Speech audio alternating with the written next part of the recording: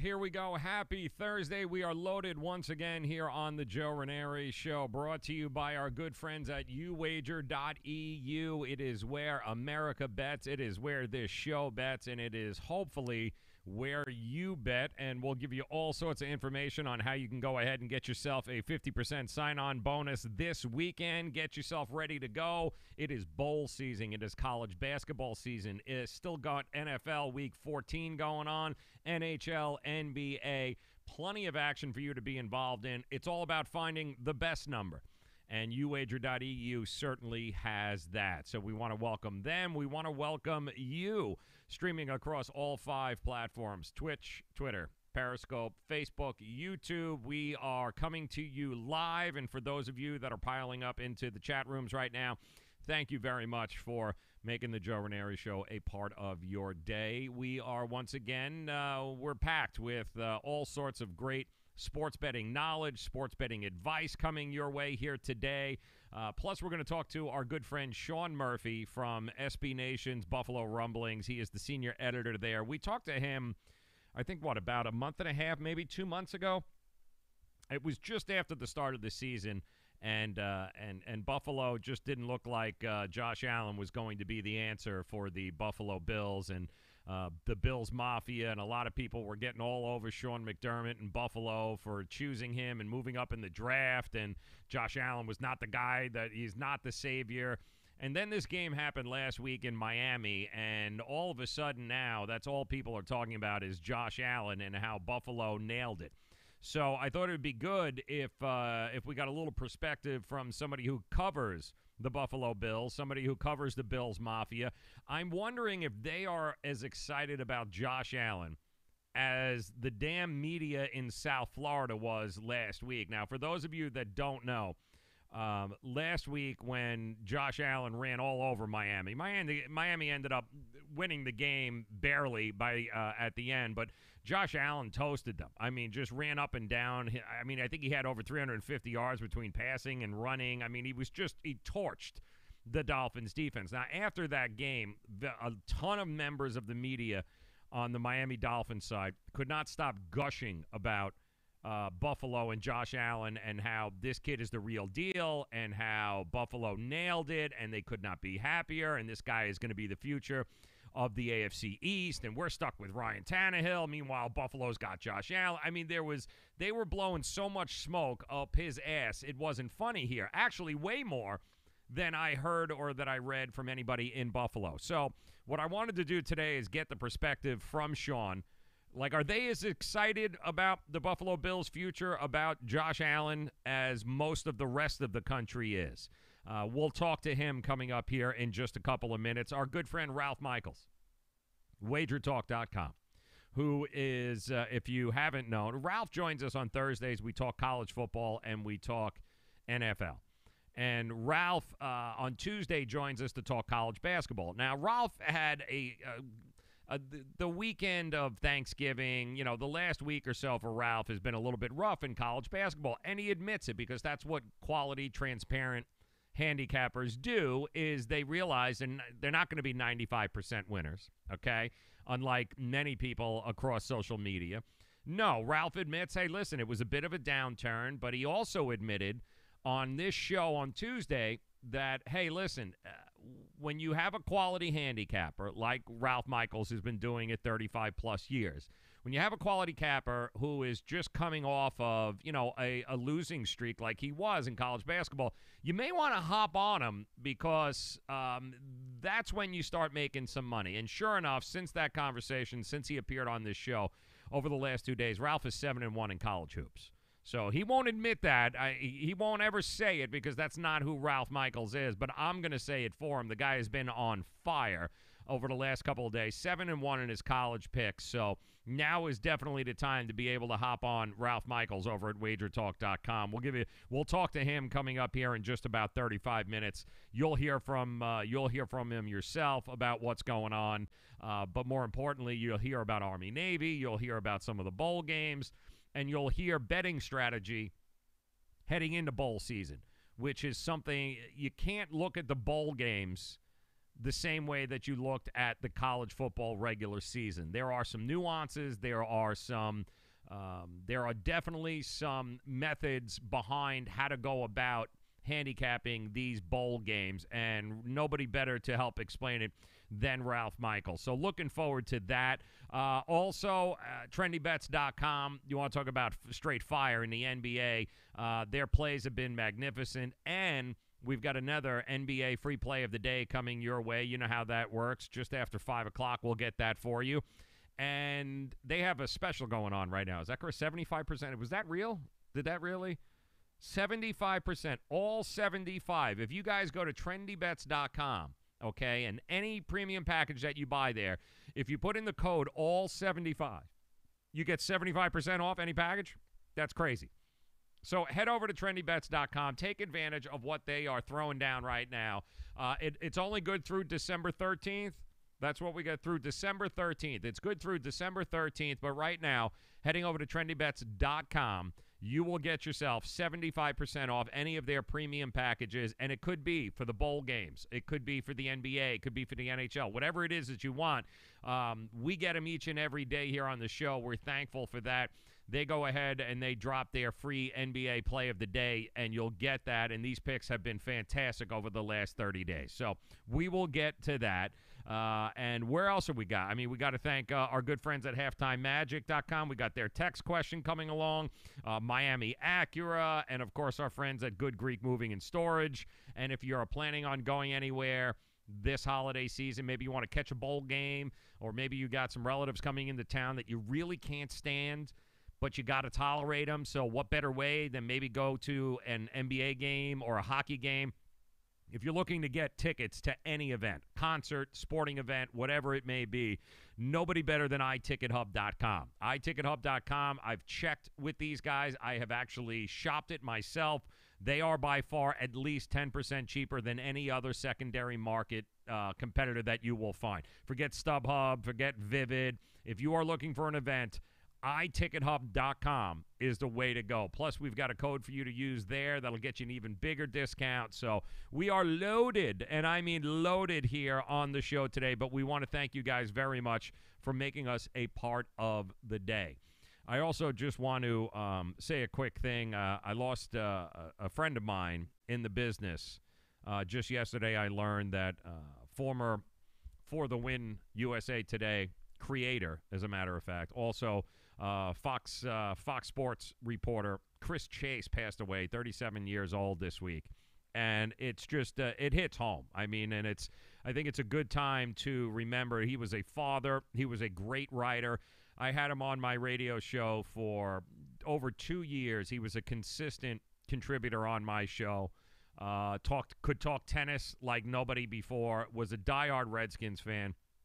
And he was a guy that created all those lists on the USA Today For the Win site. If you guys have ever been there, FTW, it's a great site. And he was one of the founding contributors to that site. And he was one of the most entertaining, insightful reporters and writers that we would have on the show. And for over 2 years, I was blessed and fortunate enough to be able to have him on the show. And like I said, he's got a little girl. He's got a wife. He was a good guy, and he has gone far too early at 37 years old. So I know, and I'm going to put a link here on the bottom, there is a GoFundMe that has been set up in order to be able to help his wife and his daughter. It's just a tragic situation there, and it's a good time to remember here for all of us, especially gambling Twitter and those of us that think the world begins and ends with, whether a team wins or a team loses.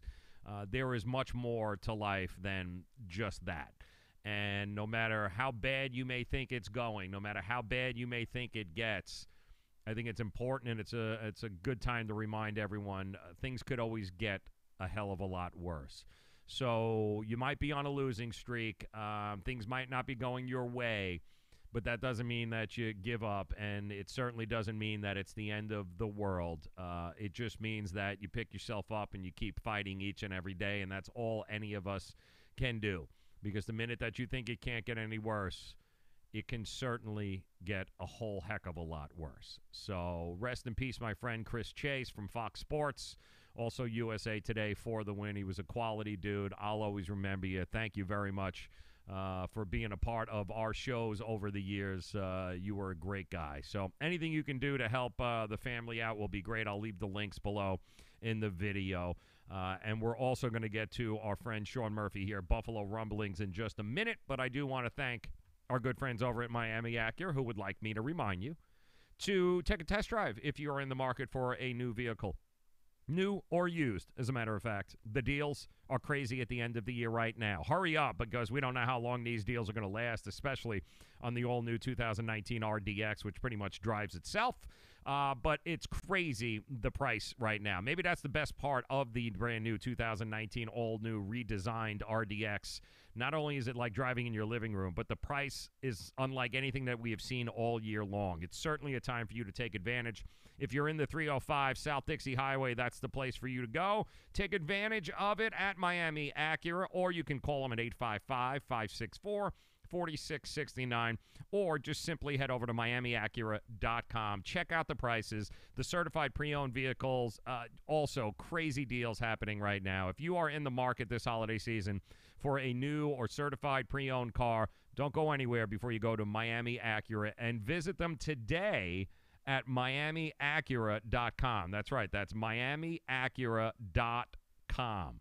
Coming up here in just about 22 minutes, Ralph Michaels, wagertalk.com. You don't want to miss that. Hey, guys, happy Thursday. Welcome in. Pretty excited here because one of the stories that we've been hearing a lot over the last couple of weeks, certainly here in South Florida, is the emergence of Josh Allen with the Buffalo Bills. He ran all over the Miami Dolphins here just a week ago. Didn't get the win, but he certainly got the admiration of a lot of the media members here in South Florida. So I wanted to check in with our good friends at Buffalo Rumblings, SBNation.com. Sean Murphy, senior editor. He joins us via the Miami Acura hotline. And I've got to ask, all we've heard here in Miami over the last week or so has been how happy Buffalo should be. Josh Allen is the future. Man, they are gushing over Josh Allen. Are they doing the same in Buffalo? Well, Joe, thanks for having me back. With Allen coming back coming back from the elbow injury, it's been a literal shot in the arm for an offense that was dead, aside from the world-renowned Matt Barkley throwing for 230 on the New York Jets a couple of weeks ago. But Allen has earned the praise I think that he's receiving, and the Buffalo media. A lot of us were a bit down on the kid when the draft pick was made. Weren't quite sure. His college resume was a little bit light in terms of playing against high-end competition, but he's now had 3 or 4 games where he's gone into some tough places and played really well. So, yeah, I mean, you can see the feel and the thought and the attitude around him starting to shift more for the positive. Now, one of the other moves that the Buffalo Bills have made this week is you got rid of some wide receivers there. You got rid of some older wide receivers there. More importantly, you got rid of a fat wide receiver there, if we can just call a spade here. Emphasis on wide receiver, yeah. Very wide receiver. So explain to us, it just seemed from the very start, the stories that have been coming out of Buffalo all year long, and even, I can tell you right now, back at Florida State, to Carolina, and then to Buffalo, Kelvin Benjamin, his work ethic was always a red flag and always a big concern. And I know there was a story that came out a couple of months back about Josh Allen going, hey, man, you want a little extra practice? You want to go out? And Kelvin Benjamin was like, nah, dude, I'm good. And I guess the locker room and the organization just had enough? It would appear that way. I think that what they were looking at was that they don't have a ton of talent in that receiver room, and they know that. So they kept Benjamin around, hoping that, 6'5", 240 listed, 240-pound target would be able to help the young quarterback out. But it just hasn't materialized, whether it's because he and Allen don't have much of a rapport, whether it's just that he's a sloppy route runner. There were points, you guys down in Florida saw it, the interception that Allen threw, not the Hail Mary, but the one on where I think it was Xavier. I can't remember his last name, but the guy's got like 7 interceptions. Yes, the guy's incredible. And he undercut a route that at the end of the game, Sean McDermott called Benjamin out for running a sloppy route. Told him he needed, perhaps ironically, that he needed to trim the fat on the route. That he was going a little bit too soft in there. So then a couple of days later, you see the guy gone.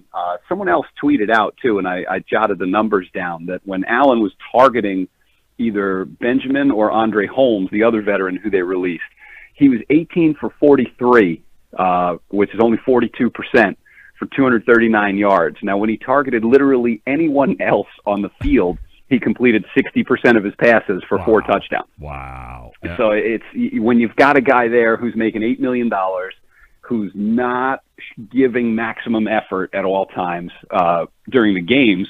I'm not at practice, but if he's not working 100% in the games, you could assume that he's probably not doing it in practice either. And for a head coach and a general manager that stresses so much the culture, the process, the procedure of how to build a team, you can't have a guy who's a veteran who's doing that when all the other young guys are supposed to follow that example. So I think it's surprising, I guess, in a way that they would release the guy who's both the highest paid and on paper the most talented, But I mean, the paper wasn't matching up on the field, and I think that they had to just cut it at this point. It was the right time to call the time of death on that relationship. Yeah. I mean, they did give up I believe two picks for him when they made the initial trade, but better off just cutting ties now because he's getting wider and he ain't getting any faster. So Sean Murphy joining us, Buffalo Rumblings, and SBNation.com is where you can find him. Nobody covers Buffalo like these guys. If you are a Bills fan, definitely make sure that you check out SBNation.com and Buffalo Rumblings. I've got to ask the other story, and Buffalo has been making a lot of headlines since this game in Miami. What is the deal with Jerry Hughes and what happened with the ref after the game? Now, I know the NFL placed that game official on leave. Did we ever get to the bottom of what the issue with Jerry Hughes and why he had to confront the ref after the game in the tunnel? You know, I think that they're still, I guess, investigating what it was. I don't want to say anything that's going to get you in trouble, but the name that the official called Hughes allegedly is one that you would normally use for a female dog. Oh boy! If you follow me. Oh boy! So that's supposedly what he had said to Hughes. Hughes was obviously angry. We don't know if Hughes said anything to the official. If Hughes had been complaining about calls, he often does. He feels that he's held. We have a bunch of instances where offensive linemen appear to grab him, will go up near his face mask, no call, no flag. Hughes isn't the guy who's going to sit back and calmly let that go. He jokingly refers to his alter ego as Gary Hughes when he starts to flip out. So I think that the video, and let's, regardless of what happened, what Hughes did going after the official after the game, screaming at him like that, threatening that he was going to beat him up, that's not appropriate, no matter what happened on the field. So I think that cooler heads should have prevailed with both of them. Interesting to note that both McDermott and Kyle Williams were supportive of Hughes after the game. McDermott was pretty adamant that Hughes would not be disciplined by the Bills, and Williams seemed to corroborate what Hughes was saying. Wow. Seemed to say that Roy Ellison, the official, had said some things, and Williams said that they were all taken aback by it. And Hughes is not the guy to say it to because he's not going to let it go. Wow. So it's not set in stone yet what's going to happen, but I feel like Williams is the kind of guy who, if Hughes were in the wrong, he'd say, hey, man, Jerry screwed up. Right. Jerry shouldn't have done that. Yeah. But if something went down and Williams is backing him up publicly, then I do feel like something probably happened closer to what Hughes is saying. Yeah, well, and for the NFL to act and actually suspend that ref, I think that tells Absolutely. you everything that you need to know there. Sean Murphy joining us, Buffalo Rumblings, SBNation.com. This weekend, New York Jets, a team that, listen, last time we talked, I told you I'm a lifelong New York Jet fan. I hope they don't win another game all year long. I'm rooting for them to lose here because, listen, if you can get a top 3 or 4 draft pick and start, surrounding Sam Darnold with some quality weapons, I am all for it. I imagine there has to be a significant portion of the Buffalo Bills fan base that is saying the same thing, like, stop winning games here, guys. I mean, can we stop? I mean, what is the mood going into this game? And the Jets haven't quit. The Buffalo Bills haven't quit yet. So where does that leave the fans right now watching this game against the Jets over the weekend? Yeah, it's an interesting, I would call it a 50-50 split. I mean, I feel like most fans, for Buffalo anyway, and I'd imagine Jet fans feel the same way, they really want to see the young quarterback that they have just progress. And whether or not they win or lose in the game, as long as that young quarterback is playing better, then things are okay. I mean, for me, I'm greedy. I want Buffalo to win every single game. I would love for them to finish 8-8, whether that means they pick 8th or, it screws up their draft position and they move up to 15th. I'd be okay with that if all these young guys that they have on the roster, then they get that taste and that experience of winning games towards the end. So I do. I think the mood is split. You could talk to some other guys where they'd say, nope, I hope that Buffalo finishes 4-12. They pick 4th, and life is good. I'm a teacher. My principal is a Bills fan, and he always tells me, hey, man, why are they winning? They need to stop winning. And then I explained it to him, and he looked at it. He goes, "You're too darn positive, Murph. You got to stop with this. Why you always find that?" But I do. I want to see them win. I can't. It ruins my Sunday when I see them lose. So I'd rather go ahead and have them ruin their draft position, and I'll be happy while I'm watching them play better. What's the mood around Charles Clay this week? How's he feeling? Everything all right? They picking him up there in the locker room. That poor guy. I just, you should have won that game in Miami, but Charles Clay, you had a chance, and of course we all saw the video of the offensive coordinator fall down like he got snipered from the upper deck over there. But how's everyone doing? Have they moved past? Did they pick up Charles in that situation? You know what? Good for them, because all of the post-game comments from Allen, I'm paraphrasing him, but he said something to the effect of he was really tired and he should have made a better throw. And after watching that play, for that kid to be able to stand up there, he was running for his life, ran all the way to the other side of the field, threw that thing probably 60 yards in the air, and it fell about 8 inches short. For him to say, "Yeah, man, that's my fault. I should have made a better throw. Don't blame Charles." That's big boy stuff, right there. Yeah. And for Clay to have stood in front of the media and said, no, don't let the kid take the blame for it. That's my fault. I should have been running. I should have caught that pass. I lost us the game. I think it shows how well all of these players are buying what McDermott is selling. Yeah. And that nobody's going to throw another dude under the bus. I got to tell you, man. Last time we talked too, I had backtracked. I had ripped Sean McDermott a little bit. I had talked about how you can't win in this league without an offensive-minded head coach. But even more proof, and hats off to Sean McDermott, the whole staff too. Don't forget, you got a rookie offensive coordinator there dealing with a rookie. A rookie quarterback, but what this team has been able to accomplish thus far, it not only surprising to, I'm thinking you, Sean, but also to the outside media world, to NFL fans around the country. Nobody is going, "Oh, great, we're playing the Bills" anymore, are they? No, it's very much an oh boy, like we have to go ahead and now defend this 6'6", 240-pound quarterback who apparently is faster than middle linebackers like Kiko Alonso, and is tough enough to run guys like Miles Jack over. And, he can also throw the ball 60 yards in the air while he's falling down after having scrambled for 40 yards. It's a tougher sell at that point. It's a defense that doesn't give up. Yep. It's not a great offensive line. We'll call it what it is, but that's one of those areas where when they look at it, they know they need to improve there, and I think they're going to focus on that. But things are looking up in Buffalo, and I do think that McDermott's the outside stuff is a big part of the reason why. His in-game management, I think it could be better. Sure. I think we could critique some things there. But Matt Warren, our editor-in-chief, said it. He goes, "We love McDermott as a coach from 4:30 in the afternoon until 1 o'clock. Yeah. And then from 1 until 4, some of the things he does makes us cringe a little bit. But that's part of improving." What is the thing that has surprised you the most this year with the Buffalo Bills and what you have seen? Is it the emergence of Allen? Do you think he is where he should be at this point right now during the year? Is it the defense? Is it how they've gelled together? What's the most surprising thing to you, Sean, about the Buffalo Bills season thus far?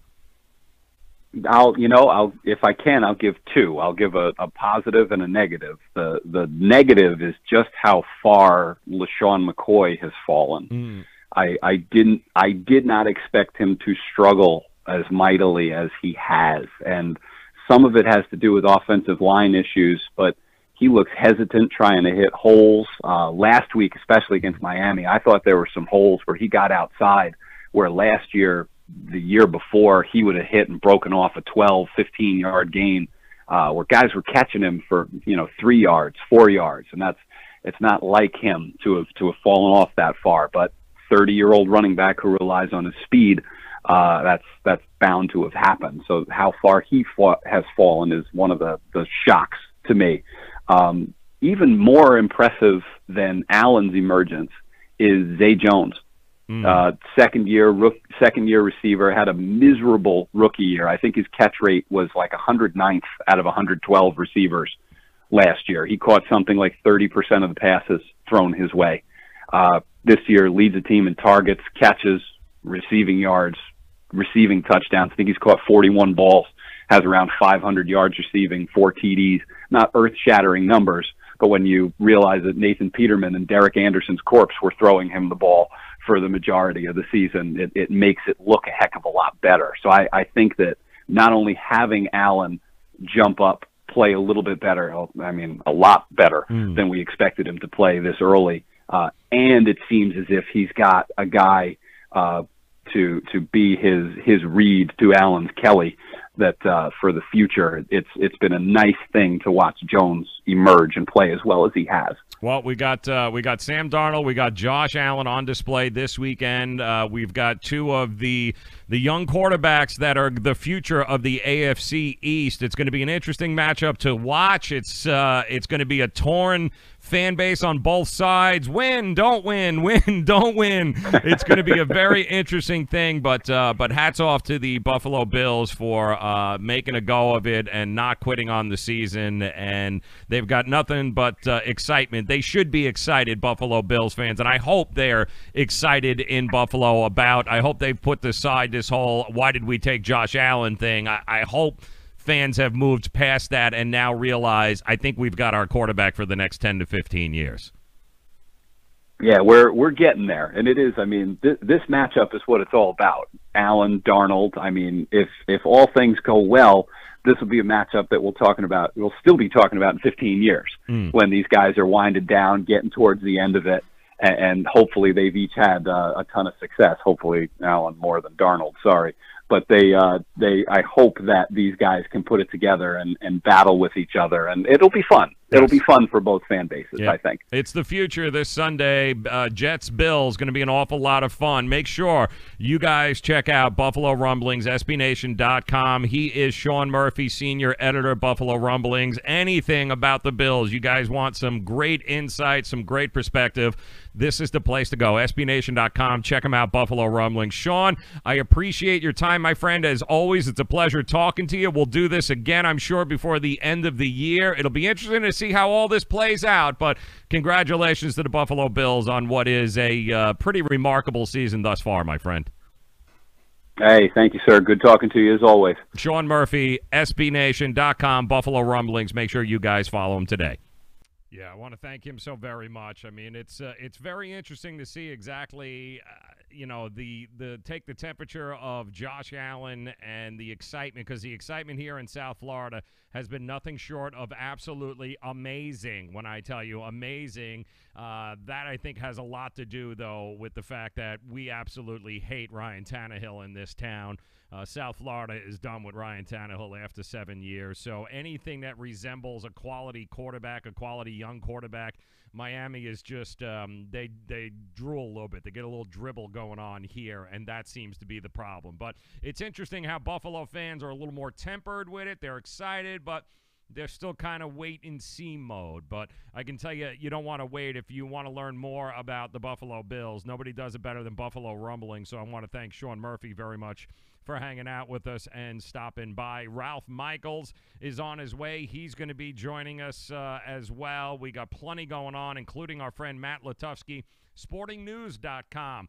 Those of you that have been lucky enough to make it to your fantasy playoffs, he's got some fantasy advice coming your way here in just a couple of minutes.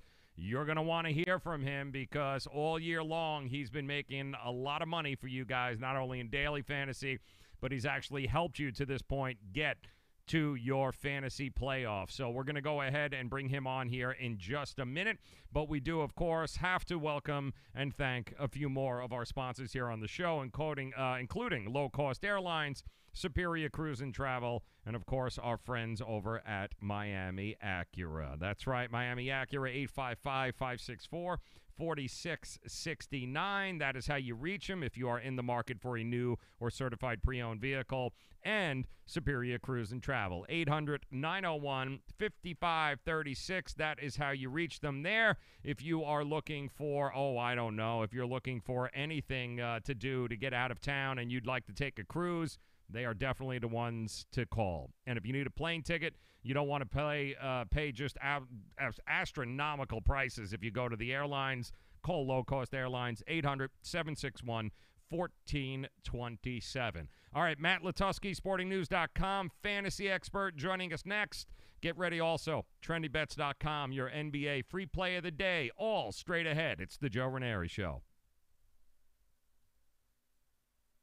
Or honeymoon, the Caribbean, Europe, Hawaii, Mexico? How about Disney or a cruise? At Superior Cruise and Travel, we've got you covered. We'll assign you your own travel concierge. They'll help you design a custom vacation plan that you can't find online. And the service is completely free. You can't compare the value of this to any other online travel company. We can help you plan a custom vacation anywhere in the world. We even offer payment plans with no credit card required. Now you pay off your vacation on your time schedule. Call now and mention the promo code RADIO and save up to $500. Book your custom trip. Call Superior Cruise and Travel now and talk to one of the highest rated travel agencies in the country with a 5-star A+ online rating. 800-901-5536. 800-901-5536. 800-901-5536. That's 800-901-5536.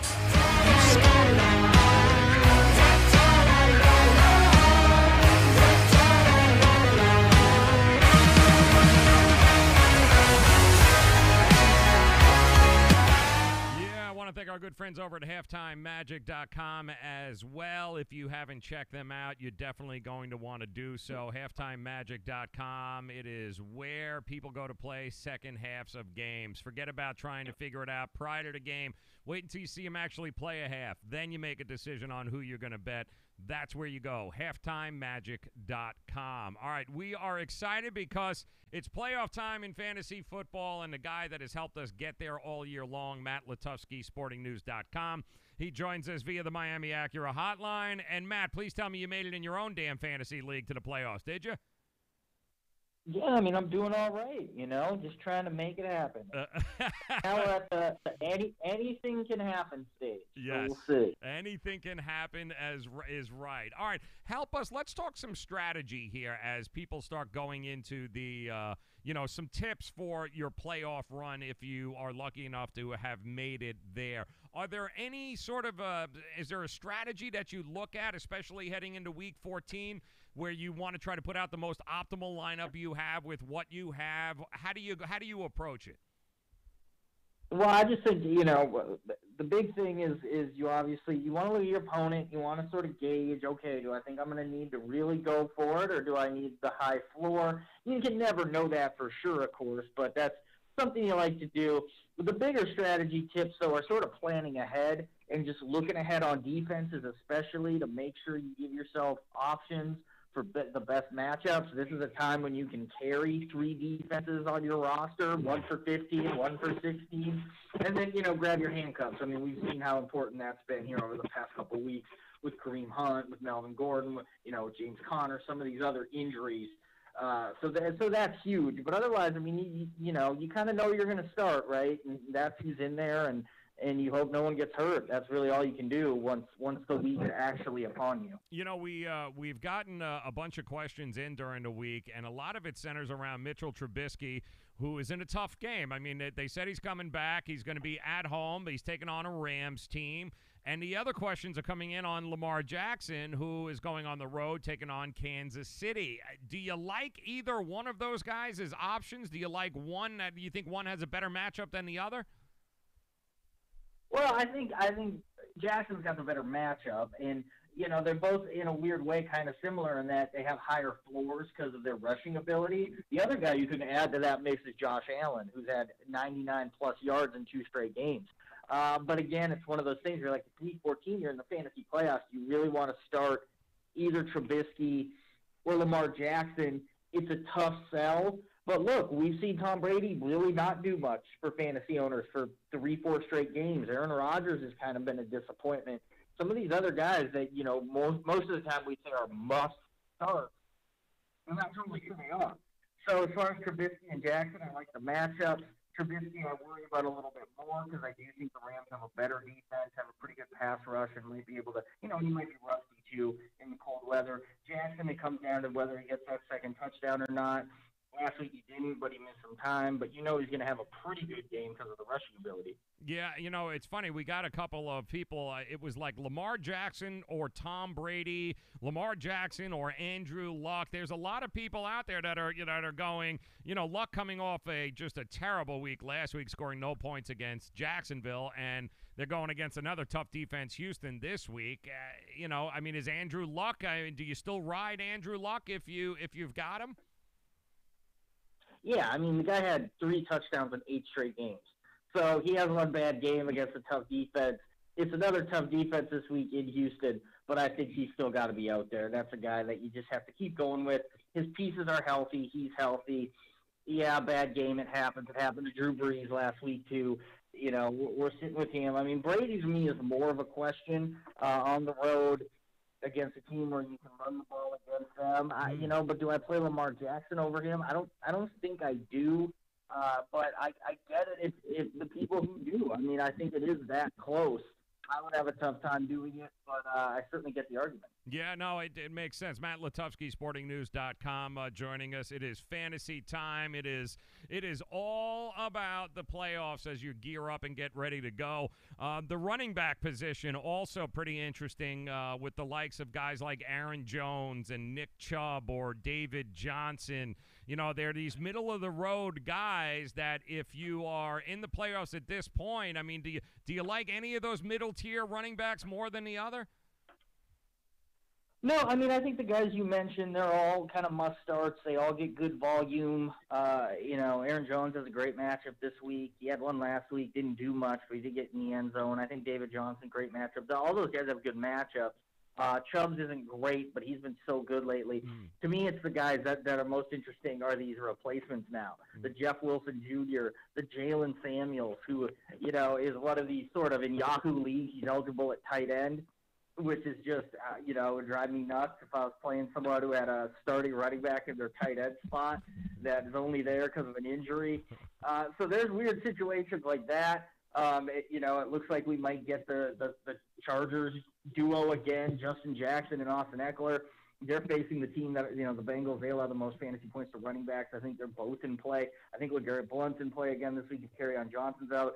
So to me, those are sort of some of the toughest decisions on these backups. You spend a high waiver claim on them because you feel you have to, but are they worth using? And I think most of these guys, they probably are. Is it worth taking a risk with Leonard Fournette back after his one-game suspension tonight on the road, taking on Tennessee? The first time around, I don't think he played because I think he was hurt in that first game, which I think was, 12-9 or something along those lines. And now he's back. He's looking at 20, 25 touches in the game. But do you trust Leonard Fournette on a Thursday night in this situation on the road? Yeah, I don't think it's the only risk is Tennessee has a pretty good run defense, but, they played the Jets last week. Isaiah Crowell had 21 carries for 98 yards against them. So Leonard Fournette is, he's a beast. He's been great in every game he started and finished this year. There's only been a couple of them, but he's been great. And like you said, he's going to get the volume.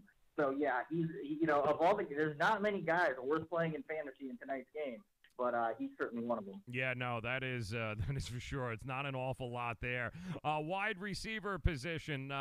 We know the upper tier guys. Let's kind of talk about those middle tier guys. The guys like Julian Edelman or Josh Gordon or Chris Godwin or even Tyler Boyd for those situations there. If you got to start making a decision on those second and third tier guys, who do you like the best? Yeah, all those guys you mentioned, they're all pretty good. The matchup for the Patriots isn't great, and it's always tough where a team has multiple guys, and you just feel like, well, I don't think both of them are going to pay off, but I don't know which one. So you kind of, if you have them, you kind of got to play them. Josh Gordon's had, been pretty good, either good targets or last week he did nothing for 2.5 quarters, and all of a sudden, bam, bam, back-to-back catches, touchdown, pays off. So, Tyler Boyd, he's the number one receiver. You don't like the quarterback situation. You don't like the matchup. But this guy's been very consistent. At the time when they could be trailing, throwing a lot. I think he's still in play. So, yeah, those guys I think are definitely still in play. The Bucs is another situation. You mentioned Godwin. Fantastic matchup. They're at home. I think there could be some rain, some wind there. But that doesn't bother me. And to me, Godwin comes down. Is Deshaun Jackson out? If he is, Godwin's a must start. Adam Humphries playing really well, too, lately. three straight games with a touchdown. So I actually think you can start all three of the Bucs receivers. Will all three pay off? Probably not, but all three have a good chance to pay off. And when you're talking about a wide receiver 3 type slot, that's really just all you can ask for. If you've got Matt Letusky, sportingnews.com, joining us via the Miami Acura hotline, he is our fantasy expert, our go-to guy. Make sure that you guys visit him, sportingnews.com. Cortland Sutton with the news of Emmanuel Sanders being out, Achilles injury there. Cortland Sutton, I mean, if you've had him on the, if he hasn't been a must-start prior to this, is he a guy that if you have him, or if he's still not picked up, is he a guy that you have to throw in somewhere on a wide receiver 2 position? Yeah, 2 or 3. I mean, for sure. He hadn't. Demaryius Thomas got traded. Everyone got excited about him. Then he really didn't do much, but finally kind of broke out last week with a touchdown. And now with no Manny Sanders, I think he's the number 1 receiver, and we've seen that affect guys negatively. We all kind of got excited about DJ Moore and a good match a couple weeks ago, coming off a good game, no Devin Funchess, and he didn't do anything. So rookie wide receivers, and especially in Cortland Sutton's case, with not a great quarterback playing on the road, it's risky. I mean, it's not a slam dunk, let's be honest, but at the same time, it's a great situation, and it's a great matchup. 49ers allowing the 3rd most fantasy points for the position, wide receiver position. So, yeah, I like him. To me, you're going to start him for sure, but there's not many sure things as wide receiver at all. But certainly not when you get to rookie wide receivers. There's no sure things, but as far as having the opportunity to succeed, he's in a good spot. And then you've got this other tier of guys. I mean, like Traquan Smith, he's great. He scores 23 points when I don't play him. Then when I play him, he doesn't score anything. But you've got a couple of this group of wide receivers here, and I'll throw a few names out at you. For instance, Zay Jones. Now the Bills, they got rid of Kelvin Benjamin. They've gotten rid of. They kind of cleared house there a little bit in the wide receiver position. So Zay Jones, if he wasn't already the number 1, he's kind of the only option there in Buffalo against a pretty beat-up Jets secondary over there. So when you look at guys like like Zay Jones or Golden Tate, are these guys that you should consider possibly playing at this point in this position? Well, I think Tate for sure. I mean, he's obviously proven he had been getting the targets, even though he wasn't producing last week. He finally kind of breaks out for the Eagles, and it's a tough matchup on paper. But he torched the Cowboys earlier this year. That was when he was on the Lions. But he can do it. I think we all know that. So to me, he's still in that wide receiver 3 range. Zay Jones, yeah, I mean everything you said is true. But look, he had 1 target and no catches the week before. This week he has, it's like for the Jets. Jermaine Kearse 2 weeks ago had 12 targets. Last week didn't have any. These teams with bad passing games, weird stuff happens from week to week. And as much as I want to like Zay Jones and buy into him, this is a guy who's never been consistent. And so I don't know if I want to start him in the fantasy playoffs. The same is true for a Devontae Parker, who's even had a longer history of being inconsistent with more success, mind you, but still. It always seems to let fantasy owners down. I think people got excited about him a little bit after he scored last week. They perceive this week's game with the Pats to be a shootout, but Patriots aren't really like that anymore. I don't know if it will be. And if Danny Amendola is back especially, I don't want anything to do with Devontae Parker, but he seems to always sucker fantasy owners in. And they often are disappointed. Let's go. We got a couple that are coming in here. Matt Letusky, sportingnews.com. Wide receiver position. Jordy Nelson, Sammy Watkins, or Anthony Miller?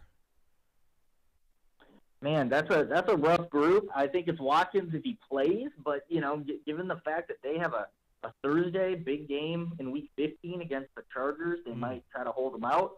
But if he plays, certainly he's the best player. It's a tough matchup, but best player, best offense. That other group, Miller I don't mind, but very inconsistent. And you never know what's going to happen. And the Rams' pass defense certainly better with the Keith Talib back too. Jordy Nelson to me is a complete write-off. I think Marshall Aitman is probably their best wide receiver at this point, and certainly Jared Cook seems to be the number 1 target. So he's a guy to me who's not even worth having on the team. Sterling Shepard or Antonio Galloway? Yeah, I mean, I think it's Galloway there. It's a good matchup. Carolina's pass defense is really struggling. Galloway, hasn't been special at all. Should have had a touchdown last week. Just dropped the ball. Got stripped there right before the goal line. But yeah, I still think he's better. He's got big play potential, and in the matchup, and Baker Mayfield, I think, is going to be better back at home. He sort of was on that run of good games and in favorable matchups. Had a bad game last week on the road against a good defense, which wasn't a surprise. But now I think back home, favorable matchup, we'll see a pretty good game from him. Certainly, Callaway has a chance to benefit from that. They of these three, they need one for a flex. Calvin Ridley, Corey Davis, or where is it? Dion Lewis. Boy, Lewis is a tough one because he looked like the lead back. Everything was going great, and then he's been struggling. He's been, ceding carries to Derrick Henry. So I would take Ridley there. I'm usually not excited about the Falcons playing outdoors, especially in Green Bay in December. But I do think that's a pretty good matchup. I think he has the most upside. And, it just basically comes down to kind of being the lesser of three evils there as far as I'm concerned with the three players you mentioned. Gus Edwards or Sony Michel? Yeah, two good ones there, and I like them both quite a bit. I think I would take Edwards, give him a slight edge just because the Patriots, Rex Burkhead's back, and he's not going to be anything special on his own, but he's going to steal enough carries that it could affect Michel. Whereas, with Edwards, you worry about Lamar Jackson calling his own number and running it in. But it's a great matchup, and I think he's going to get a ton of carries again and have a pretty good chance to put some points on the board. Interesting one at running back. Where do you want to go here? Adrian Peterson or Chris Carson? Man, I mean, I think you're going to have to take Peterson because Carson might be questionable on that Monday night game, and it's a terrible matchup for him anyway. He's got the finger injury. So even though Peterson I'm not really that high on, he had the 90-yard touchdown last week, and that was great, but the other 8 carries were 8 yards. Yep. And he's been really struggling the last month plus. But we know he has that potential, and he will get touches. So he's a fine RB2 just based on volume, I think. How about Christopher Herndon or David Njoku of taking on Carolina? Yeah, I think there's Njoku. I mean, he's been really up and down. But the Panthers, they've been like the worst team covering tight end all year. In the last 3 games, they faced 2 teams that don't throw to tight ends, the Lions and the Seahawks, never throw to them. And last week, they should have given up a touchdown to a tight end. Cameron Brates just flat out dropped it. So even though it looks like they've been improving, I think it's just a little, take some context into it. I still think they're absolutely terrible against tight ends. So this is a great matchup for Njoku. And again, I like the Browns a little bit more back at home. Yeah, and this is I got one. Evan Ingram here or Austin Hooper? I mean, again, another decision might be made for you with Ingram. I don't know if he'll play. Yeah. I don't really like Hooper. I think if Ingram is active, I'd probably take my chances with him, even though not a great matchup and he hasn't done much. But, Green Bay's pretty good against tight ends. Hooper's, nothing special.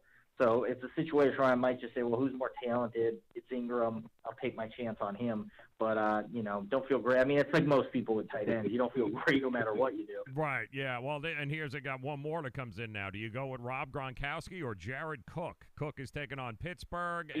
And that looks to be that could be a 45-40 game there, or Gronkowski taking on Miami in Miami. Yeah, it feels stupid to say bench Gronk. I mean, I get it. Especially when, if you have him, you probably spent a high pick on him or gave up something in a trade. But I think it's Cook. I mean, he's just been better this year. He's been better lately. He's a bigger part of his team's offense, and he has a good matchup. So, all the factors say Cook, except for the fact Gronk's Gronk, and he's one of the best ever.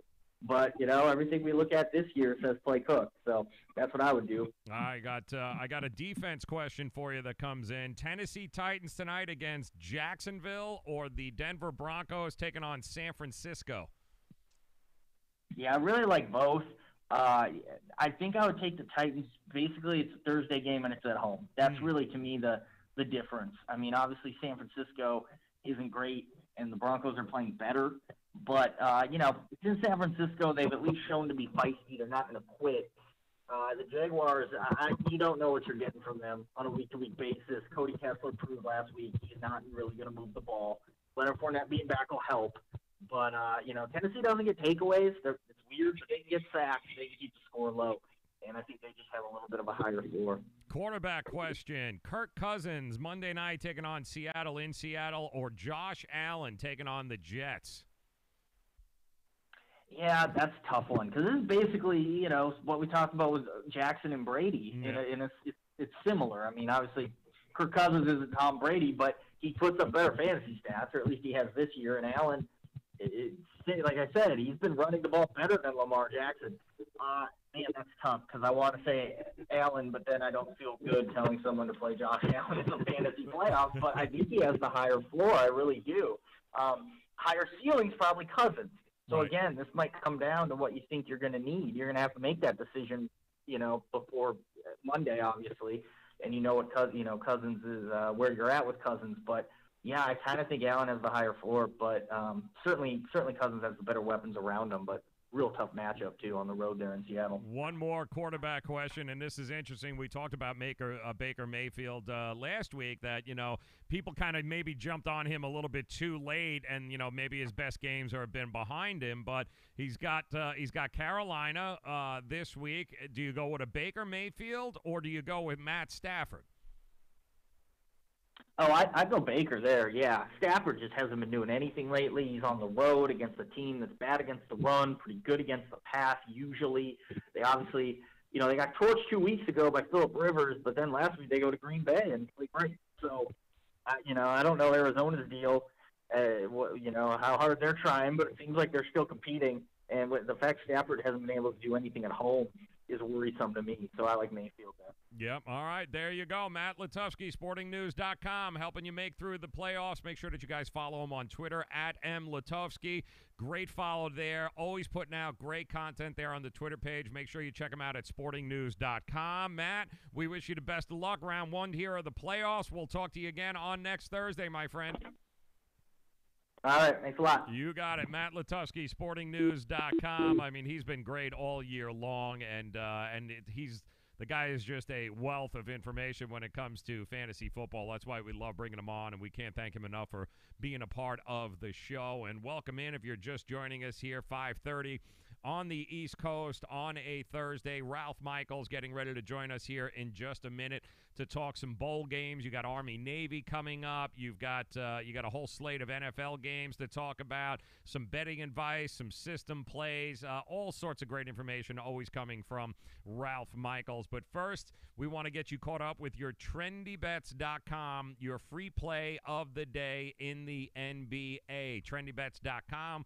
We, of course, invite you to visit trendybets.com. And here's the best part, what's going on there right now.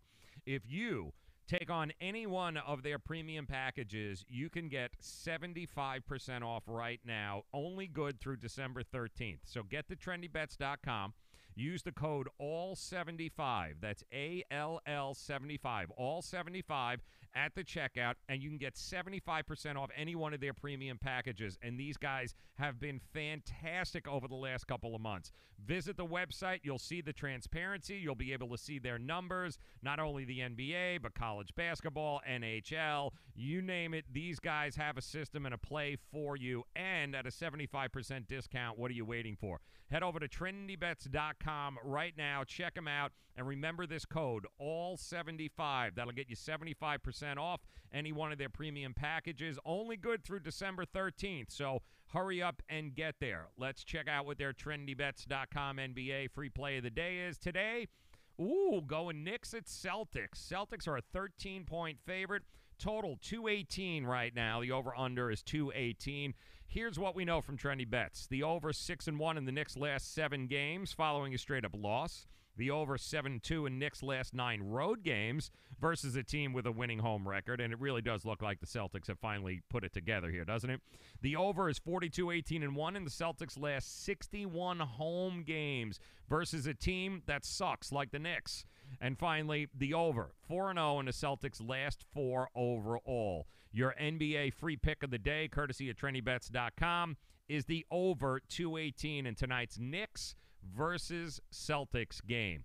That's your TrendyBets.com free play of the day. Make sure you head over to TrendyBets.com. Use the code ALL75. That's ALL75 at checkout, and get yourself a 75% discount, but get yourself into the system. And we want to thank TrendyBets.com so very much for being a part of the show.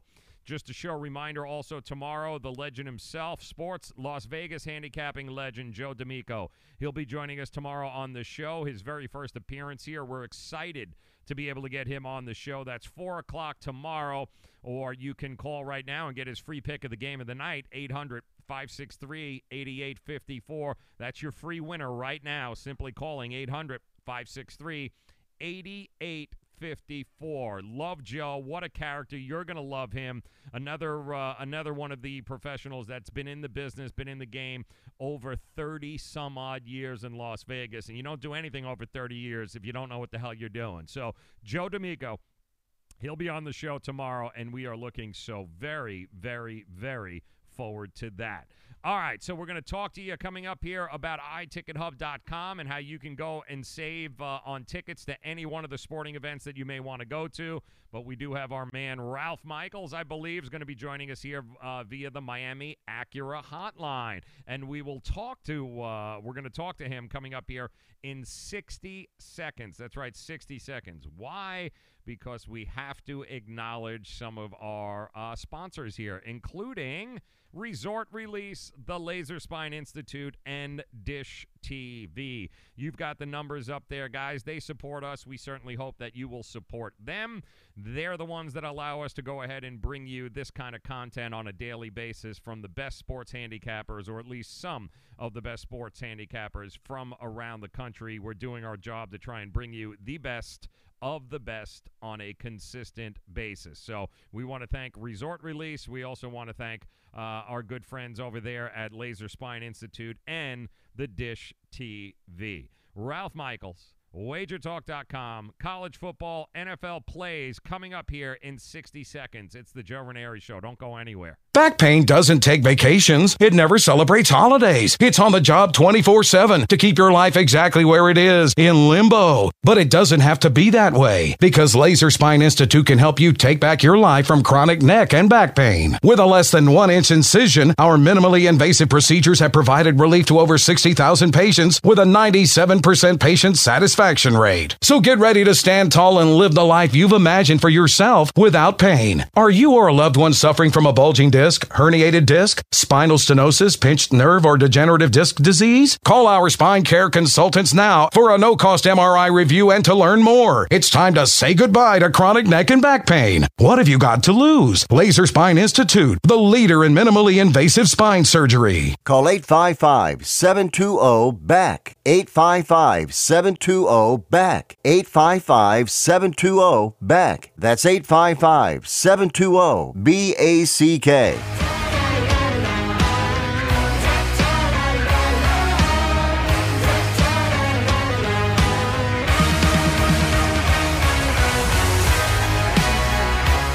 Happy Thursday. Welcome in. And Thursday, of course, means that our good friend Ralph Michaels, WagerTalk.com, he joins us to talk a little college football. It is bowl season. Not to mention, we got a little Thursday night football and NFL action. And Ralph, as always, it's a pleasure to talk to you, my friend. Thanks for coming by.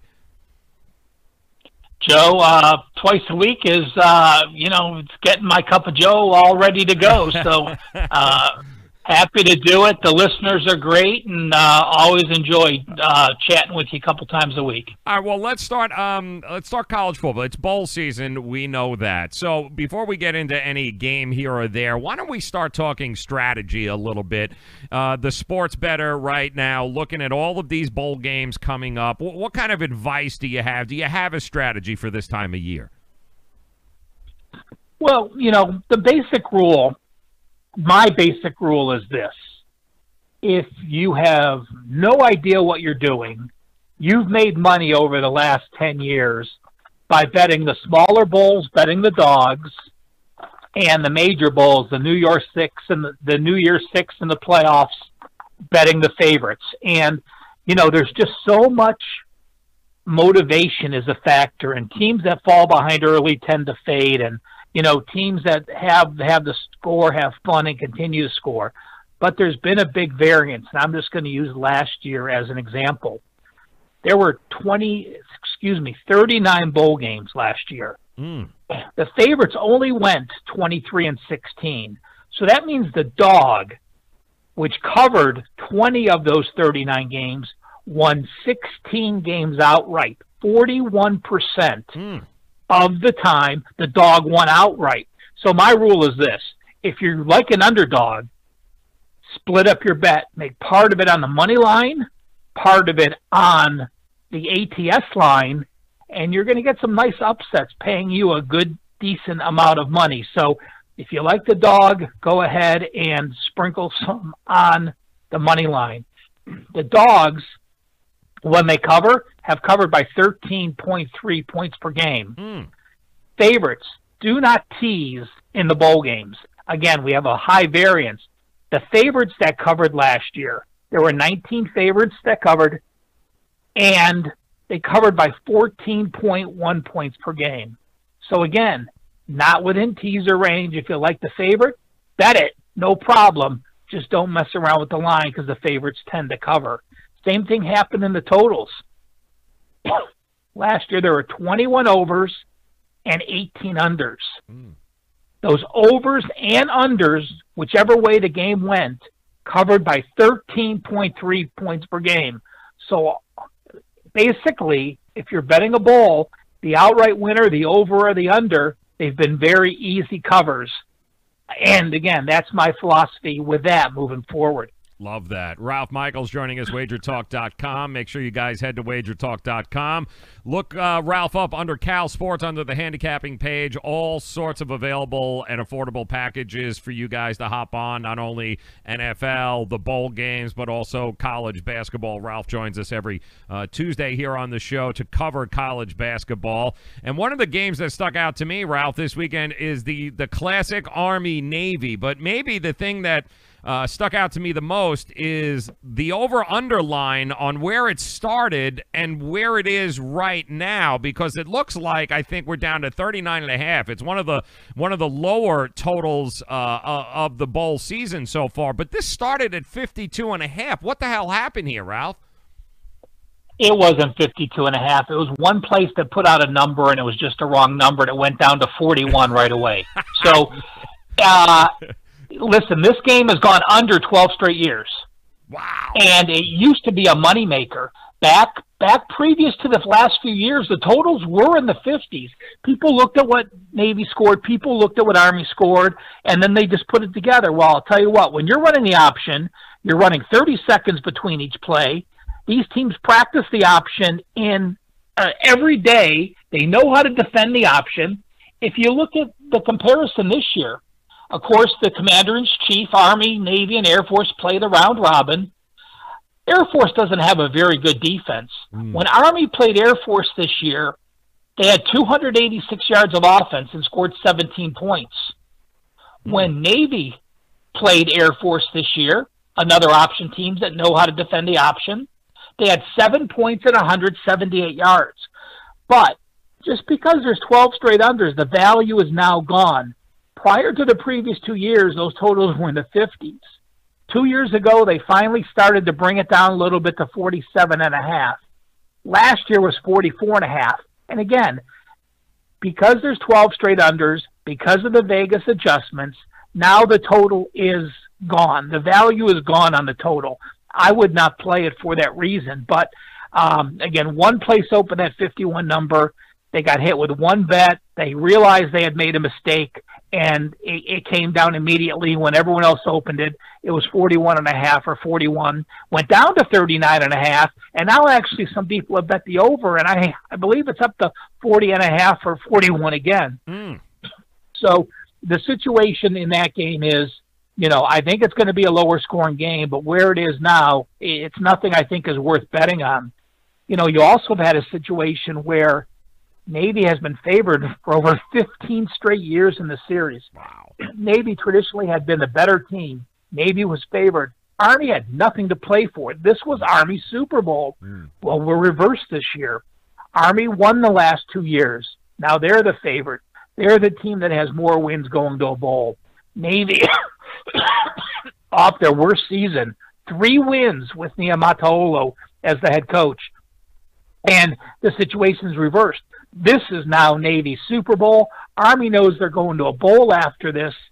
So, as far as, you look at the favorite in this game. Army's a horrific favorite. Navy's a very good dog. Low-scoring game.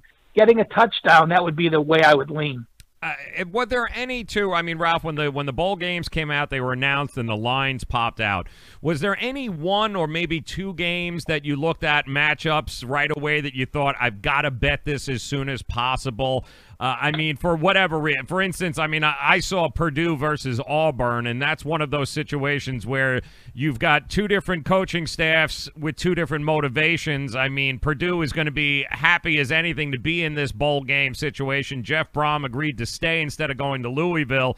Gus Malzahn on the other side is taking less money, and they're in the Franklin American Mortgage Music City Bowl and 4,000 other names to go along with it. That can't be a motivating factor for Auburn, but Purdue, to me, is definitely going to be playing. This is their national championship game, while it looks to me as if Auburn is in a bowl that they don't want to be in.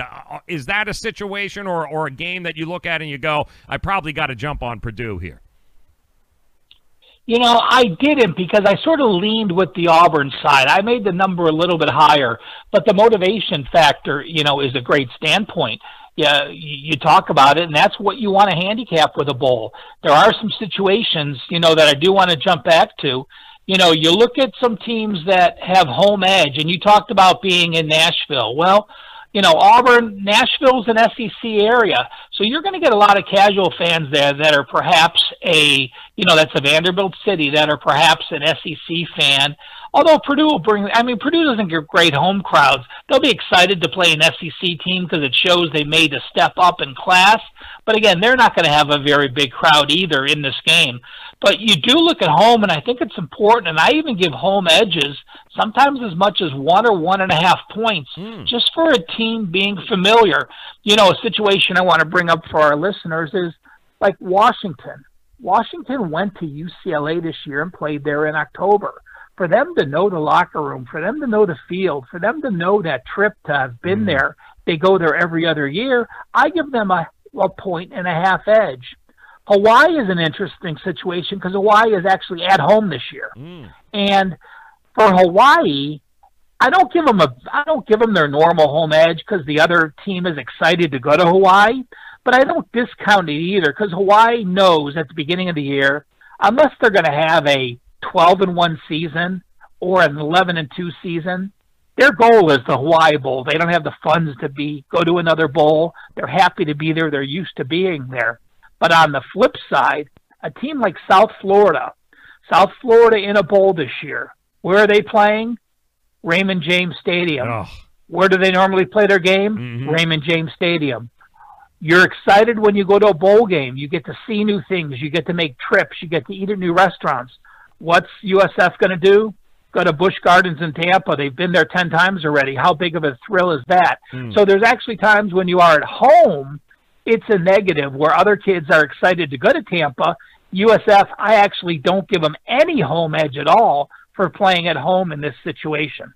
Ralph Michaels joining us, WagerTalk.com. Make sure you head to WagerTalk.com. Visit the Cal Sports page while you are there and invest in yourself. Invest in Ralph. Plenty of affordable packages there, 3 days, 7 days, a month across every sport known to mankind, including college basketball, NCAA football, NFL. It is all there for you at WagerTalk.com. Ralph, do you ever look at some of the coaching records of these bowl games when you look at a guy like Mike Leach, who I think is 1-3 or 1-4 against the spread in these types of situations, these bowl games.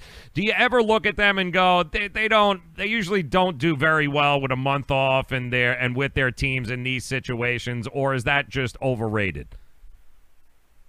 Oh, I completely think you have to look at the coaches. Oh. There are some coaches that are excellent with extra rest. I mean, Saban and Meyer, you think they're just there and they win games.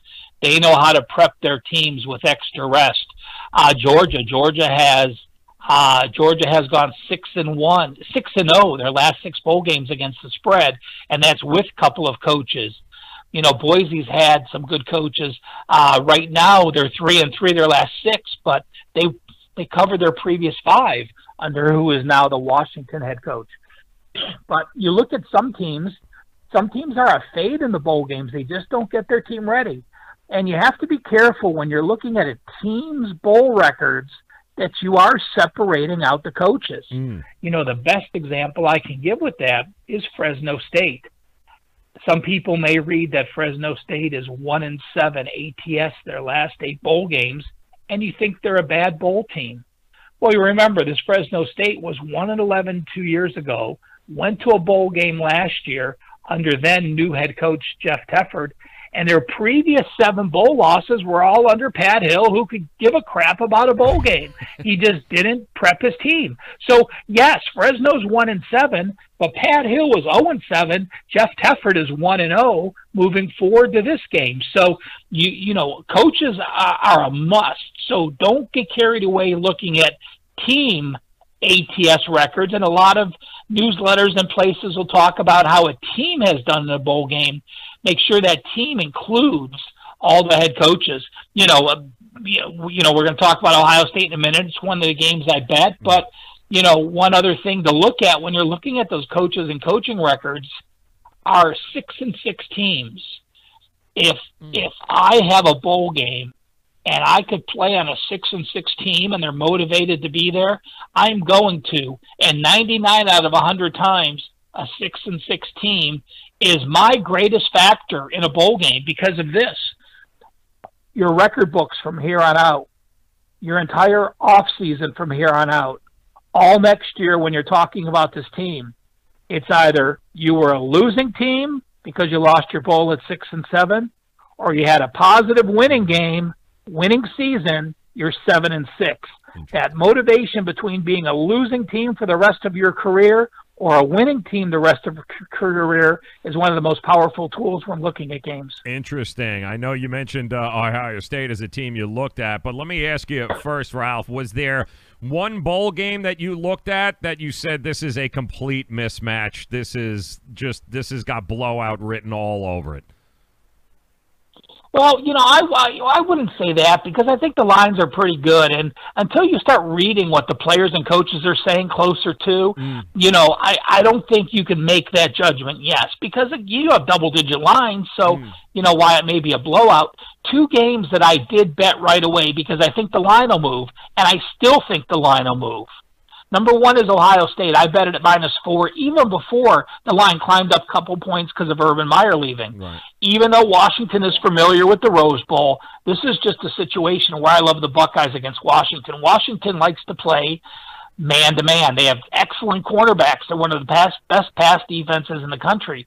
But you are talking about Askins, who has 47 touchdowns, who's taken his play to a next level, who now has become mobile the last few weeks and is not afraid to run. And if those cornerbacks are playing man-to-man, you know, it's tough to follow a guy who can get out of the pocket and extend plays. I liked Ohio State before the Urban Meyer situation. I think the line is still very fair where it is, going up a couple points because of Meyer retiring. I can't imagine that sidelines. You're going to have the world from LeBron to every person the NFL ends that Sunday before. It is just going to be, you know, the who's who of who's going to be there to support him. Urban Meyer has never coached in the Rose Bowl. He's excited to be there. The players, you may think they're disappointed not being in the national championship. I think they knew they were an outside looking in the way the season finished with that Northwestern win. So I don't have that bubble burst type disappointment thought in my head for them. I just think they will be there. It will be crazy. You know, Buckeye Nation travels. You're going to see a sea of red, and that is one game. The other game I already played was LSU. And we are going to hear a lot about LSU and UCF and how in the last 6 seasons we've had a lot of teams pull the upsets as the group of 5 teams. And you look at group of 5 teams in the past few years, UCF knocked off Auburn last year. Right. Wisconsin just beat Western Michigan the year before. You had UCF winning again against Baylor. You had Boise beating Arizona. So of those situations, the difference is last year Auburn lost the SEC title. They were going to go to the national championship game. That's a bubble burst game. Wisconsin lost the Big Ten title. They were going to go to the Rose Bowl. Instead, they're playing Western Michigan in this game. Arizona against Boise. Arizona lost the Pac-12 title. They were going to the Rose Bowl. Now they're playing Boise. LSU is not a bubble burst team. They're a 3-loss SEC team that's thrilled to be playing in a New Year's Six Bowl with a $5 million payout on national TV. UCF's the one with the pressure, a 26-game win streak. Now they have Milton out, again, a horrific injury. LSU's DBs and defense, one of the best in the country, now have a week of game film on UCF's backup. I think LSU -7, it could be my bowl best bet when we get done through it at the end of the year. Yeah, and I can tell you right now, LSU's defense is not Memphis's defense. As good a win as that was for UCF, last week, I can assure you that the defensive monster that they are going to be facing is not what they saw with Memphis. So I wouldn't be expecting a 100-point game there either way. Ralph Michaels joining us, WagerTalk.com.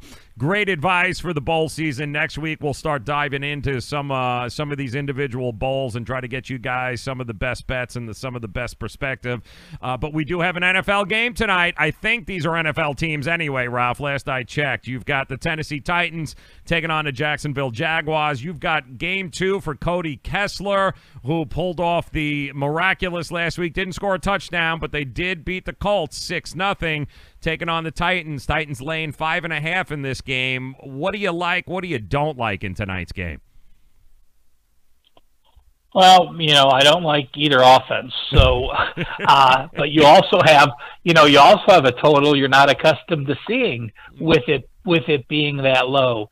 I think that in this game, first off, teams that I tweeted this out a couple weeks ago, when you're in a rematch, in a division rematch, you obviously always face your opponent twice. Well, the Jags lost as a double-digit home favorite back on September 23rd. That game was 9-6. They laid 10 points.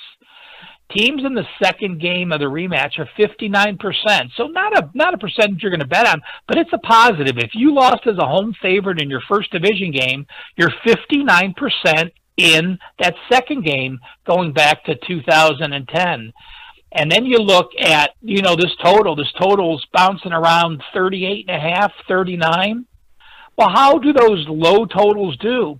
Don't be afraid to play those low totals. If you listen to the basketball pod, you heard me talk about, very low and very high totals. Another one on St. Louis last night. The total was 130. We played St. Louis under. It went under significantly. And NFL totals of 39 or less since 2014, 38 and 63, 62% to the under. So again, sometimes Vegas doesn't make the totals low enough to where it should be with these two defenses and two poor offenses. And then, I also look at, you're in a division game. If you have a division game on a short week, these teams know each other. It's tougher to get the offense. It's tougher to put new things in the offense on a short week. So it's a game where if I had to pick a side, I would probably on a coin flip pick Tennessee. I do have a lean with the under, again, even with that low number. Yeah, I got to ask you, too, Ralph, there's a couple of very interesting games on the board this weekend in the NFL, and one that struck me was the Ravens were going to be taking on Kansas City on the road. The Ravens are getting 9. Do you buy into Lamar Jackson? I mean, if given a choice between going back to Joe Flacco or keeping with Lamar Jackson, where do you go? I mean, do they have enough firepower to be able to keep up with either of those quarterbacks with what Kansas City and Patrick Mahomes brings to the table? Well, I actually played against Lamar Jackson last week and lost. I thought him making his first road start would be difficult in Atlanta. I mean, they only put up 366 yards, but I just can't believe Atlanta didn't have a spy on him. I think Kansas City will have a spy on him. It's very tough to play. The Chiefs, even though they're not in the dome, one of the loudest home edges, and Atlanta didn't have the crowd in it. Obviously, they're having a very disappointing season. So I personally, moving forward, would want Joe Flacco back. Now, you look at what Lamar Jackson did, Cincinnati game. Cincinnati defense, bottom 5. Oakland's defense, bottom 5. Atlanta, I don't know if they're bottom 5, but they're pretty darn close. KC's not good, but now can Baltimore's defense hold KC to a number where Flacco can score? That's the concern I get to. Baltimore's defense is still playing incredible. They're only allowing 282 yards per game. On the road, they're only allowing 283 yards. And granted, they haven't played great offenses. I mean, they went to Cincinnati, Pittsburgh, Cleveland, Tennessee, Carolina, and Atlanta. Nothing like this offense, but they have been able to slow people enough. I think this will actually be a lower scoring game. And in that lower scoring game, I give Baltimore a chance to cover. But this game, probably, if I had to pick like out of sides, this would be one of my bottom 3 because I think you can have Lamar Jackson having a very bad game, and if that's the case, KC can run on him. He only has a 3-4 ratio. Gave up the ball a couple times last game, so lean with the under. And it's a game I would probably wait to bet live if I had to pick a side, because if KC gets out early and Jackson's forced to throw, he's never done that and he gets in trouble. If Baltimore's defense keeps them in the game the first few drives, then I think that can continue and they can run the same offense they have the last few weeks. Opened up at 53.5, currently hovering around 51.5. That's Baltimore, Kansas City. He is Ralph Michaels, joining us via the Miami Acura hotline. WagerTalk.com is where you can find Ralph. Just search him out, Cal Sports, in the handicapping section there, and you'll be taken to his page. One of the other big games, of course, this weekend will be in Chicago, and this number keeps going up as the Bears keep getting more points. It looks like it's up to 4.5 right now as they take on the Rams. To me, the Rams' entire season, or at least it seems like all of the games, have been life or death recently with the Rams. And here they go into Chicago. This is a better defense than they have seen recently. Mitchell Trubisky will be back. They said he is going to be playing. 4.5 as a home dog, Chicago. I keep looking at this and going, man, I think that's too many points. Ralph, what do you think? I agree. You have an LA Rams team that at Detroit last week, they won by 14, but they only had a 34-yard edge. Against Kansas City at home, that highest scoring Monday night game, they got outgained by 91 yards. Home against Seattle only had a 42-yard edge. At New Orleans, got outgained. So you're looking at over the last 4 games, they are actually getting outgained on the year. Their defense still allowing 367 yards. I thought this defense would be so much better than they've been with the talent they have, especially on the D-line. But they're just not making stops you need to. Their last two big games where they faced winning teams, New Orleans 487 yards, KC 546. Now, I'm not comparing Chicago's offense at all to New Orleans and Kansas City, but it shows that if an offense is productive, the Rams can give up the back door. Plus, you have a situation where you are off you played that KC game Monday night. You made a long road trip to Detroit. Now you're making a long trip back to Chicago.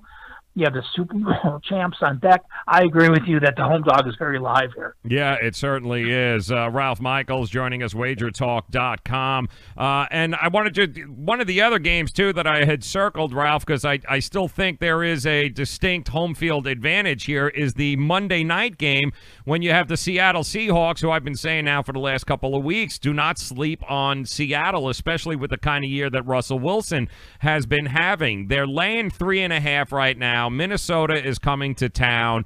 I like Seattle, man. I really do. I think this is one of those moments in prime time that Russell Wilson shines. I think there's a good chance that Seattle not only wins but covers this game pretty easily. I'm in agreement with you there. Nothing was easy. The Carolina game was close. They win by 3. They win the Green Bay game by 3. And then last week, they played San Francisco in a blowout. And you're going to read a lot that Seattle, has been outgained in 4 of their last 5 games. Well, the 2 games that they got outgained were the Chargers and the Rams, 2 playoff teams. And the Green Bay game was even. And San Francisco, they got outgained, but when you have a lead like you do against San Francisco, it doesn't concern me that you got outgained if you're up 43-16. If you got outgained in a close game, there's the difference where I think it's a negative to get outgained because the game could have gone either way. When it's 43-16, you put your offense away and your defense is falling asleep. It doesn't concern me. On the flip side, you have a Minnesota team that is on their third road game in 4 weeks. That's a tough stretch to do when you're getting into December. Now you're off at Chicago, Green Bay, at New England. I mean, that's the juggernaut schedule. And then you have to go to Seattle back-to-back weeks. You travel the East Coast to New England. Now you're traveling to the West Coast. Your offense, 3 out of the last 4 games, 283 yards against Detroit, 268 against Chicago, 278 against New England. Kirk Cousins, yes, the 23-9 ratio, but under pressure, he's just a different quarterback. I agree that I'm with you on the Seattle play. Yeah, I like Russell Wilson. I like the year they figured out a way to protect him, and Russell Wilson is one of the upper echelon quarterbacks in this league. He seems to be a forgotten guy as of late, though. Ralph Michaels joining us. Philosophy this weekend. You have to look, and it's not the first time that we've had to deal with this here, Ralph, and it's a good time to remind folks. The NFL coaching changes. We watched it in Cleveland. We watched Hugh Jackson get fired. We watched Cleveland come out the next week. Wasn't exactly a great appearance with Greg Williams. And now we're watching Green Bay, where Mike McCarthy is now gone. Now we've got Joe Philbin. Is there a trend, Ralph, or do you look at these teams that lose their head coaches like this? Do they tend to up their game, or do they tend to mail it in? Well, Aaron Rodgers better up his game. He's the one who talked about winning out. He's the reason McCarthy is no longer there. I mean, there's no question.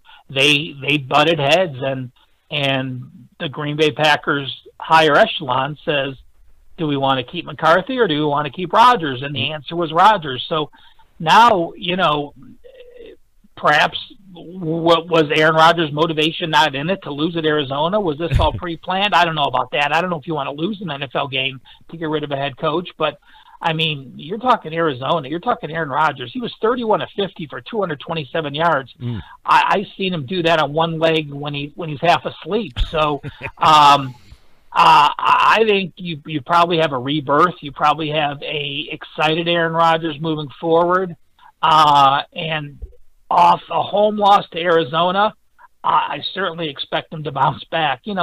Cleveland, same situation. Hugh Jackson and the OC butted heads, and, even though you had a rookie quarterback there, you've seen what Baker Mayfield does, and they've had a couple of wins. And, so it depends on the situation, but both of these situations, 99 out of 100 times, the quarterback's going to win out over the coach. And you saw an uptick in Cleveland, and I think you'll see an uptick in Green Bay. What is your philosophy, Ralph, too, when you look at what happened to Andrew Luck last week, getting shut out, all right, if we can believe this? Andrew Luck getting shut out. This was a team that was averaging well over, I think, 30 points a game recently. Get shut out in Jacksonville. Now they take on Houston, another division rival here in Houston. They're getting 4.5 points. When you have, and I'm sure if you follow Ralph, by the way, at Cal Sports LV, at Cal Sports LV, this is exactly the kind of stuff that you'll eventually get from him when he posts. But do you look at that like an Andrew Luck in that situation and go, he is definitely in a bounce back game here. We don't expect him to score 0 points, and maybe the public is jumping all over Houston because of what they've accomplished, and they're going, they can't play the Colts there. Is this one of those games where you look at Andrew Luck and go, getting 4.5 points on the road, no points last week? This could be a huge upset.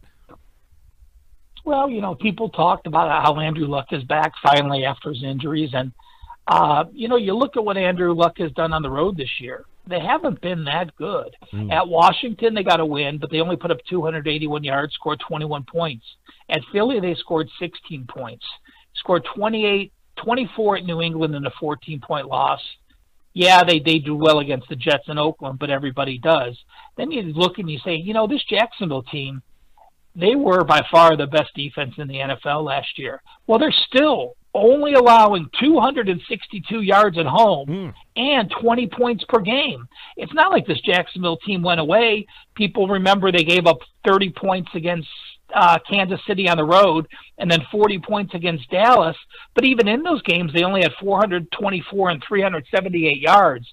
You know, it was an offense with Blake Bortles having a 13-10 ratio, putting them in a horrible situation. So when this team doesn't make mistakes on offense, like they didn't last week, the defense is good enough to stay on the field. When you're on the field 75% of the time as a defense, you get tired because the opposition or your quarterback keeps turning the ball over, and, you know, you go to rest, and all of a sudden 2 plays later you're running out there because there was another turnover. So the Jacksonville defense is still very good. I don't put much into it with that. I just think it's another day for Luck, and he's got to look at it and say, hey, I got beat by a very good offense, and they got beat handily. Yeah, and now they're going to be on the road in Houston. Big division game there if they want to keep those playoff hopes alive. He is Ralph Michaels, WagerTalk.com. We encourage you to visit him at WagerTalk.com. Search out the Cal Sports page under the list of handicappers. Packages available 3, 7 days, a week, a month, a year, 6 years, 7 years. Hell, I think there's even a marriage certificate in there if you really want to do it. But Ralph Michaels is one of the best of the best. In fact, he's not going to say it, but I will say it. Since we talked to him on Tuesday, and he joins us on Tuesday here on the show, college basketball. Since then, he's been 7-1 in his college basketball picks. So if you like college hoops, if you are looking to hop aboard, maybe now would be the time to do it. Get yourself one of those packages. Head over to WagerTalk.com. And congratulations, Ralph. It's been a hell of a couple of days since we last spoke. Yeah, you know, college basketball is a long season, and you know, you go through some of those stretches where you have, you know, back-to-back frustrating losses, and they're tough to get through. But I've been doing it long enough, and, you know, and my customers have been with me a long time where they also know that, you know, even if you're going to hit, I have a lot of plays. My volume is pretty high, so I've had some 60% seasons. But if I'm at, you know, 57, 58, you're up 100 units by the end of the year. So that's the important thing. So got to keep plugging away. You can't change the way you handicap, be it off a 10-0 week or off a losing week. So it's business as usual. Move forward, and we go from there. Yeah, it's been fantastic. On fire. Head over to WagerTalk.com. Get to the Cal Sports page. Hop aboard. Get those alerts. Join the Ralph Michaels family. I'm telling you, you'll be glad that you did. Give yourself an early holiday gift. Ralph, always appreciate your time, my friend. Good luck this weekend. We'll talk to you on Tuesday for some more college hoops. Plenty going on over the next 2 weeks. So thanks again for your time, Ralph. We'll talk to you on Tuesday. Have a great weekend, Joe. Thank you. All right, Ralph Michaels, WagerTalk.com. Make sure that you guys check it out. Get over to Ralph Michaels. Always a pleasure being able to talk to him. He joins us every, what do we got? Every Monday, every Tuesday. There's our camera. There we go. Joins us every Tuesday and every Thursday here on the Joe Raineri Show. And make sure that you guys visit him at WagerTalk.com. Plenty of information there. Awesome stuff there. Also, Sean Murphy, Buffalo Rumblings, talking about Josh Allen, the Buffalo Bills, Bills Mafia. That was just so much fun getting an inside peek into what's going on in Buffalo right now with Josh Allen and the excitement that comes with having a rookie quarterback that's really doing some great things. And, you know, like we told you earlier, certainly here in South Florida, the South Florida media was just gushing about Josh Allen last week. Even though he didn't beat them, he came close to beating them. And they're not as excited in Buffalo about Josh Allen being the future of their franchise, but they're getting there, according to Sean Murphy from Buffalo Rumblings. So we encourage you to visit Buffalo Rumblings as well, SBNation.com. They cover everything that is the Buffalo Bills, and those guys have some great insight. If you are just joining us here on a Thursday evening, getting ready for what should be just a great game tonight between the Jacksonville Jaguars and the Tennessee Titans. Sorry, I yawned a little bit there. But yes, you're going to have, again, what is it, 37.5 now the line is up to? 5.5, 6 is what the Tennessee Titans are favorite.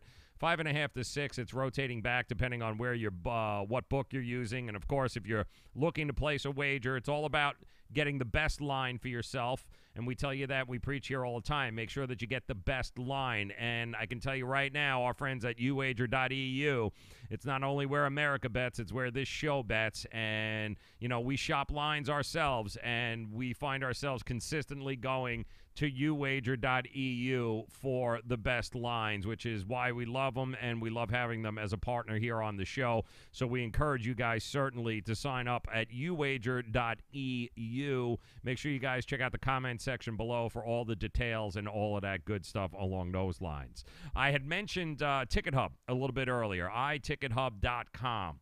Because the holidays are here, bowl season is here, and you may have some people coming into town that you're like, you know what, it's great, but I don't want them here. It'll be great if we can just, get them out of the house. Maybe you want to buy them tickets to an NBA game or an NHL game, or maybe you want to go to a bowl game, and maybe you're looking for some tickets right now. You're searching around, and you head over to StubHub or Vivid Seats or one of these secondary market locations, and you go, my God, these prices are ridiculous. Well, I can tell you right now, the folks over at itickethub.com will beat all of their prices. They are the cheapest by at least 10% across the board, which is why we recommend them to you, that if you are going to any concert, any sporting event whatsoever, these are the people you want to go see. itickethub.com. That's itickethub.com. Not only are they going to be at least 10% cheaper, but if you use the code JRS18, guess what? You're going to get even a bigger discount on these already marked down ticket prices. So don't do anything. You can shop around. Go ahead, but then make sure the last thing you do is go to itickethub.com. Check out their prices for very similar seats, same section. It's not as if they're inventing seats. Same section seats, and I can assure you that at least 10% will be the discount on their side compared to everybody else. And use the code JRS18. Get yourself an even bigger, and I mean even bigger discount than what they've got going on already. So write this down, itickethub.com. That's itickethub.com. Use the code JRS18. Get yourself all situated for the cheapest and best seats in the house for any game, and that is with itickethub.com. JRS18. Want to thank them very much for making us a part of their routine. Welcome them here on the show. Also, Good Greek Moving and Storage. We want to thank them. Star Greek. If you know anybody looking to move anytime soon, whether it's around the block, up the corner, out of state, if you or somebody you know is in the South Florida area and has to move, Star Greek on the phone is all you have to call. That's right, Star Greek. It is that simple, okay? Star Greek, they'll put you right in touch there. If you know somebody moving to the South Florida area, these are the guys to use. Good Greek Moving and Storage. They've moved not only me, they've moved my family a whole bunch of times. They are the best. GreekMoving.com, or simply dial Star Greek on the phone. Get yourself all squared away. All right, this is we've been loaded here today. So I don't know if you missed any of what we've got here. The best part about streaming is that this is going to be made available to you as soon as we're done. It'll be here on Twitter, Twitch, Facebook, YouTube, and Periscope. They house them. We don't take them away. We don't hide them. You'll be able to see them. As a matter of fact, the individual interviews, Buffalo Rumblings with Sean Murphy, you'll be able to see that also. You'll be able to see the Ralph Michaels interview at wagertalk.com in case you missed any of the insight there or the picks that he's looking at upcoming this weekend in the NFL and in college football, especially Army-Navy. He had some great information about that game. So if you missed any of it, don't worry about it. It's here. It's available to you. We ask, the only thing in return is that you help support us by simply liking our content, liking our videos, giving us the thumbs up, subscribing to our pages, retweeting our stuff on Twitter, and, of course, liking our pages on Facebook and subscribing on Twitch. If you guys could do that for us, we would much appreciate it. This way you can help us grow, and you can help us make everybody who has a chance to see us become a better sports better. A better. We joke about it here on the show, but ultimately that's what it's all about, providing you guys information to make you better sports handicappers. That's what it's about. And I can tell you the guy coming on the show tomorrow is going to be so much fun. I am excited. the man, the legend himself, Mr. Joe D'Amico. He is going to be on the show tomorrow. We cannot wait. Straight from Las Vegas, we're talking about the legend Joe D'Amico. That's right. Been doing it 40-plus years. He'll be joining us, 4 o'clock. Wait until you meet Joe. You are going to love Joe D'Amico. And if you want his free winner tonight, if you're going, you know what, I could use a little money right now, I'd like to go ahead and lay some action, then here's what you do. Simply call line number 1 there, 800-563-8854. The free winner is on the other end of that line. All you got to do is call 800, not going to cost you anything, 1-800-563-8854. You got your free game winner tonight. Just call him right now, and then make sure that you visit us tomorrow, 4 o'clock, for Joe D'Amico, going to be joining us on the show. Matt Latusky, sportingnews.com. Want to thank him very much for stopping by today as well. It has been fun, but we're not done. We still got one more day here this week to make you a better sports handicapper and to make you more profitable. And we'll do so tomorrow, 4 o'clock. We do it all over again. And once again, we just ask that you go ahead and subscribe to our channels and like our content, like our videos. That's how it works with streaming and social media, and we certainly appreciate all your help and all your support. So we look forward to talking to you again tomorrow with the legend, Joe D'Amico. Have a great night. Thanks again, guys, for making us a part of your day. We will talk to you tomorrow, 4 o'clock. Have a great night.